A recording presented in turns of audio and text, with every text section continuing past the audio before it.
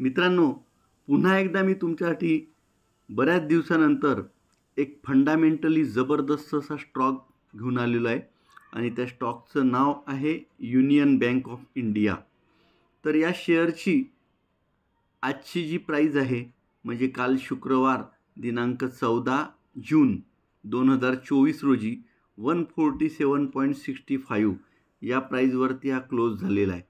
तर आता आपण याचे फंडामेंटल चेक करूया आणि फंडामेंटलमध्ये इथे आलो आपण आणि तुमच्या माहितीसाठी म्हणून ही कंपनी जी आहे ही बँकिंग सेक्टरमधली आहे आणि कंपनीचं मार्केट कॅपिटल जे आहे ते आपण करोडमध्ये जर बघितलं तर 1,12,595.68 करोड एवढं आहे. लार्ज कॅप कॅटेगरीतली ही बँक आहे आणि या कंपनीचा EPS म्हणजेच अर्निंग पर शेअर बघा 147 रुपयाच्या शेअरवरती कंपनी जवळजवळ 18.07 एवढे पैसे अर्न करते एका वर्षाला. त्यानंतर इंडस्ट्रीचा PE जर बघितला, PE म्हणजे काय, प्राईस टू अर्निंग रेशो, म्हणजे तुम्हाला या कंपनीमध्ये 1 रुपया गुंतवायचा असेल तर किती, 1 रुपया कमवायचा असेल तर किती रुपये गुंतवावे लागतील.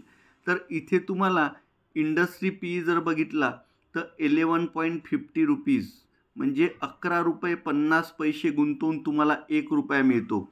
पण तुम्ही स्पेसिफिक या युनियन बँक ऑफ इंडियाबद्दलचा विचार केला तर याचा जो PE आहे तो खूपच छान आहे, 8.16 रुपीज म्हणजे 1 रुपया कमवण्यासाठी तुम्हाला 8 रुपये 16 पैसे द्यावे लागतात.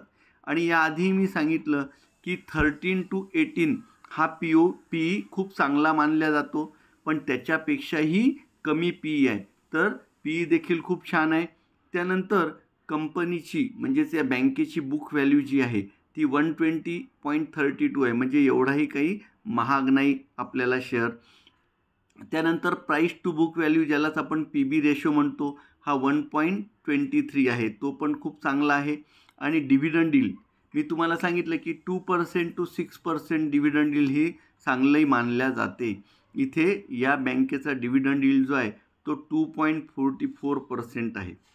आणि फेस व्हॅल्यू जर बघितली आपण तर 10 रुपीज आहे, म्हणजे पुढे चालून जर बँकेनी आपल्याला स्प्लिट करून शेअर जर का तुम्हाला जास्त मिळू शकतात, याच्यामध्ये जर का फेस व्हॅल्यू कमी झाली तर तुम्हाला नंबर ऑफ शेअर देखील वाढवून मिळू शकतात.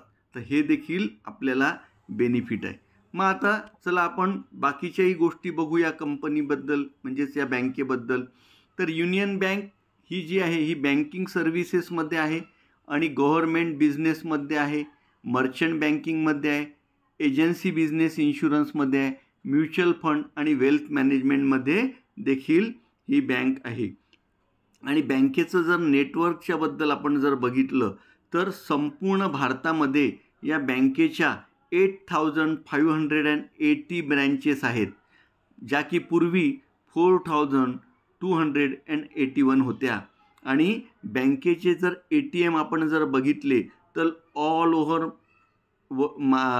ओव्हर इंडियामध्ये या बँकेचे 10,835 ATMs आहेत, जे की पूर्वी 6,895 होते. आता कस्टमर बेस जर बघितला तर 15 करोड कस्टमर आहेत या बँकेचे. बँकेने आंध्रा आणि कॉर्पोरेशन बँकेसोबत काय केलेलं आहे, मर्जर केलेलं आहे. आणि प्रॉफिट ग्रोथ जर बघितली तर प्रॉफिट ग्रोथ जी आहे मागील 5 वर्षात, त्यासाठी आपल्याला इकडे यावं लागेल, मागील 5 वर्षामध्ये बँकेने जवळजवळ 46.4% एवढी ही प्रॉफिट ग्रोथ केलेली आहे. इथे बघा आपण बघू शकतो. आणि त्यानंतर कंपनीचं जर कंपॅरिझन आपण करायचं झालं, या बँकेचं कंपॅरिझन केलं तर आपण बघा याच्या कंपॅरिझनमध्ये स्टेट बँक ऑफ इंडिया आहे, त्याच्या शेअरची प्राईस तुम्ही इथे बघताय, बँक ऑफ बडोदा आहे, पंजाब नॅशनल बँक आहे, IOB आहे, त्यानंतर कॅनरा बँक आहे आणि इंडियन बँक आहे. तर यामध्ये कंपॅरिझनला आपल्याला खूप चांगला हा शेअर आहे आणि याचा PE पण आपल्याला परवडेल असा आहे. त्यानंतर शेअर होल्डिंगमध्ये जर आपण आलो खाली तर इथे बघा, इथे प्रमोटरचं जे होल्डिंग आहे, प्रमोटरचं जर होल्डिंग आपण पाहायला गेलो तर जवळजवळ 74.76% आहे. त्यानंतर FII म्हणजे फॉरेन इन्स्टिट्यूशनल इन्व्हेस्टर यांची याच्यामध्ये गुंतवणूक वाढतच चाललेली आहे. सप्टेंबर 2023मध्ये 2.89% होती, जी की आज 6.75% झालेली आहे.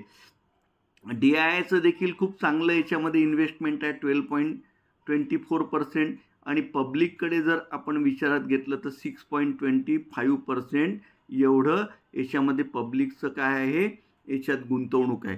तर हा शेअर मला फंडामेंटली तुमच्यासोबत शेअर करायचा वाटला. मला खूप चांगली बँक वाटते आहे ही. भविष्यामध्ये याची ग्रोथ देखील चांगली होऊ शकते. घेणं न घेणं हे तुमचं स्वतःचं डिसिजन आहे. मी फक्त तुमच्यासोबत या कंपनीचे अगदी सोप्या भाषेमध्ये फंडामेंटल हे आपल्यासमोर सादर केलेले आहे. तर ऑल द बेस्ट मित्रांनो. व्हिडिओ आवडला असेल तर नक्कीच याला लाईक करा आणि आपल्या मित्रांना नातेवाईकांना शेअर करा. धन्यवाद.